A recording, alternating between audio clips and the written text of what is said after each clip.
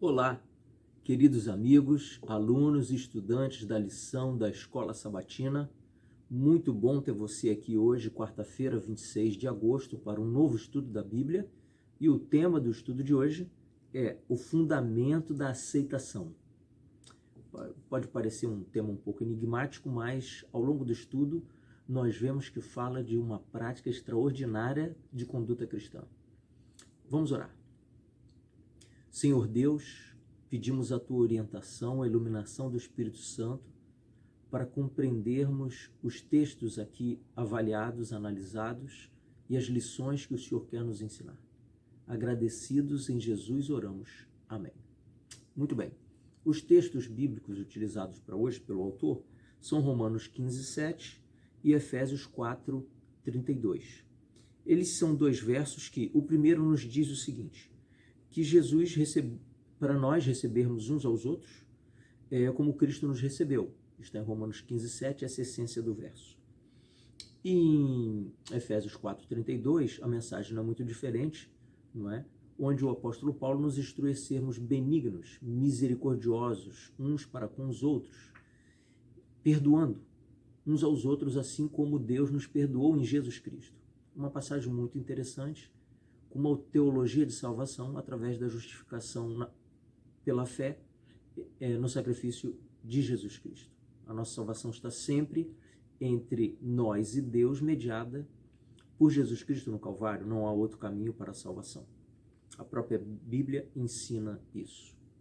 Quando você lê os textos, nós podemos retirar ainda o seguinte: Cristo nos buscou e nos aceitou como somos. Então nos salvou de nós mesmos, dos nossos pecados. Também podemos considerar em relação a Efésios, perdoando-vos uns aos outros como Deus nos perdoou em Cristo.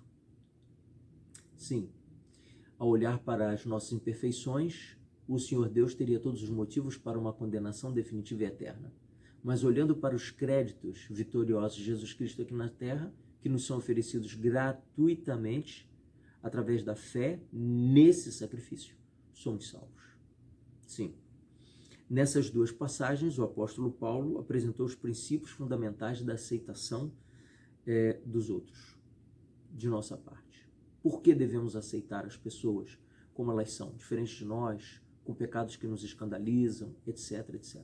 Porque o Senhor Jesus fez isso conosco, nos aceitou. Deus fez isso conosco, nos aceitou. O Espírito Santo fez isso conosco, nos aceitou. Não que eles aprovem os nossos erros, os nossos pecados, de maneira nenhuma. Não que nos incentive a viver assim, de maneira alguma. Como nós também não devemos incentivar ninguém a viver numa vida de pecado. Mas nós devemos imitá-lo, sim. Uma tarefa difícil, imitar Jesus Cristo, aceitando as pessoas como elas são e permitir que, por nosso intermédio e pelo intermédio da ação sobrenatural do Espírito Santo, as pessoas sejam transformadas na mente, criando em si o desejo de abandonarem uma vida voluntária de pecado, criando também o desejo em si de abandonarem uma vida de escravidão do pecado que domina uma mente que quer libertar-se e precisa unicamente do poder de Jesus Cristo. Visto que Cristo perdoou e aceitou cada um de nós, como podemos nos recusar a perdoar e aceitar os outros? Nós não temos esse direito. É uma tarefa difícil para nós como seres humanos. Somos, na verdade, julgadores o tempo todo, mas não queremos ser julgados. Não é verdade? Então precisamos ter comunhão com Jesus diária para criarmos força espiritual, para não julgarmos e aceitarmos as pessoas como são e nos permitirmos sermos instrumentos do Espírito Santo para conduzi-los a toda a verdade. E assim a verdade os libertará. Pense bem no que isso significa. Pense em si mesmo, nas coisas que você tem feito e contra as quais ainda pode estar lutando. Coisas que talvez só você saiba, que você ficaria aterrorizado se outras pessoas soubessem. Você e Deus já sabem. Eu e Deus já sabemos. Não é isso? Pela fé você aceita em Cristo, que conhece todas as coisas das quais os outros talvez não saibam nada. Certamente ele sabe tudo. No entanto, aceita você da maneira que você é. Não porque é uma bondade, uma concessão, mas por causa da bondade dele. A bondade que há no coração de Jesus faz com que ele nos aceite como seus amigos, como seus filhos. Volto a repetir, o Senhor Jesus nos aceita como somos, mas ele está disposto a nos transformar. Para isso ele precisa da sua aprovação, da minha aprovação, do meu ok, do seu ok. Ele não vai invadir a vida de ninguém, mudar o pensamento de ninguém, de maneira alguma, nunca. Esse é um conceito difícil de compreender, diz o autor da palavra.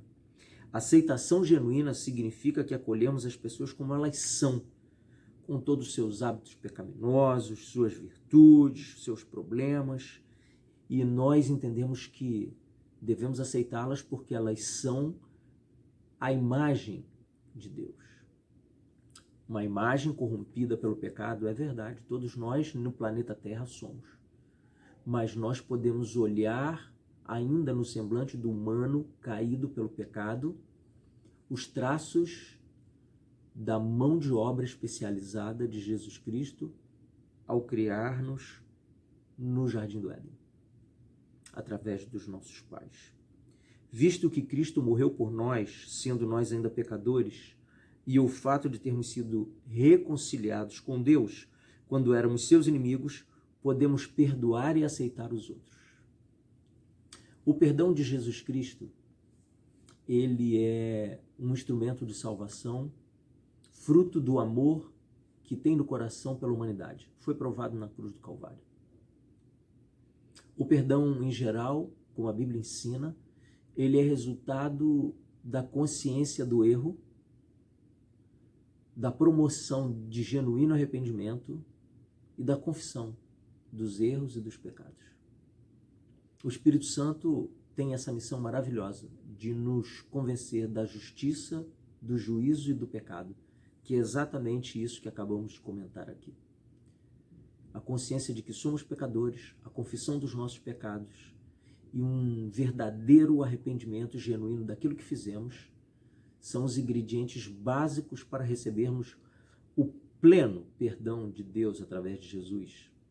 E todo esse processo não nasce em nós, nasce em Deus, que nos convida através do Espírito Santo para vivermos uma novidade de vida. Seu amor por nós torna-se o próprio fundamento de nossa aceitação e perdão de outras pessoas. Ao nos sentirmos aceitos pelos céus, temos o privilégio de levar esse sentimento de salvação, de perdão e de libertação do pecado a outros. É o nosso papel. Nós temos esta obrigação, além de privilégio, permitir que as outras pessoas se sintam livres como nós nos sentimos quando recebemos o perdão de Jesus Cristo para todos os nossos pecados. Porém, uma vez que um relacionamento de aceitação e cuidado tenha sido estabelecido, muitas vezes é necessário confrontar o outro indivíduo amorosamente com as verdades da Escritura.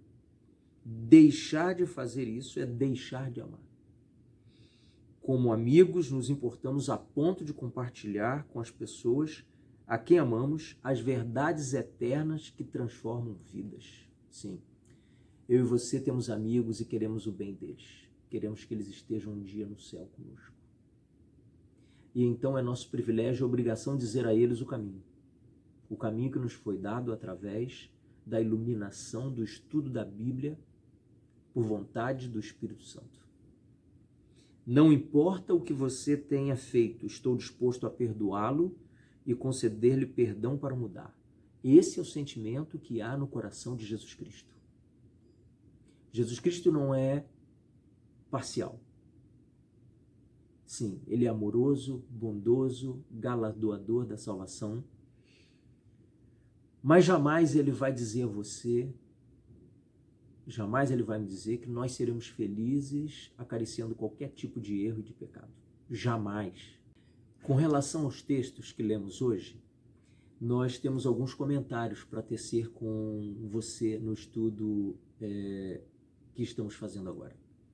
Em relação a Romanos 15, 6 e 7, esses versículos oferecem uma visão da comunidade de fé no tempo do fim e da importância de glorificar a Deus. Ou seja, a comunidade cristã no tempo do fim, ela terá essa visão. essa visão de aceitação do próximo, por entender que também foi aceita em um dia por Jesus Cristo e Deus o Pai, e que ele nos mostrou o caminho para o afastamento dos nossos pecados. Também há um outro comentário que diz: poucas passagens na Escritura em relação a Efésios 4:32 falam de relacionamentos pessoais da maneira tão tocante quanto esta breve exortação.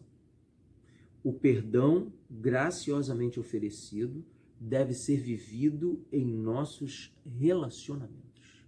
Sim. O perdão que nós recebemos deve ser transferido, deve ser transmitido, deve ser concedido da mesma maneira. Em Efésios, ainda, o comentário diz assim: ele contrasta um estilo de vida gentílico com o padrão inspirado por Cristo. As pessoas que observam os cristãos devem ser capazes de notar que eles aprenderam de Cristo. O conselho de Paulo sugere que isso não é instantâneo, mas que nós cristãos devemos continuar a ser nele instruídos. Sim. O estudo de hoje é muito rico, porque nos ensina uma tarefa difícil e delicada em relação ao próximo. Amar ao próximo independente dele ter pecados diferentes do nosso. E eu e você somos convidados por Jesus Cristo e pelo Espírito Santo a sermos vitoriosos nesta missão também. Eu vou encerrando o estudo de hoje, agradecendo a Deus porque você esteve aqui comigo e esperando que amanhã, na quinta-feira, no dia 27, eu e você possamos nos encontrar para mais um tema bíblico. Deus te abençoe. Fica na paz de Jesus.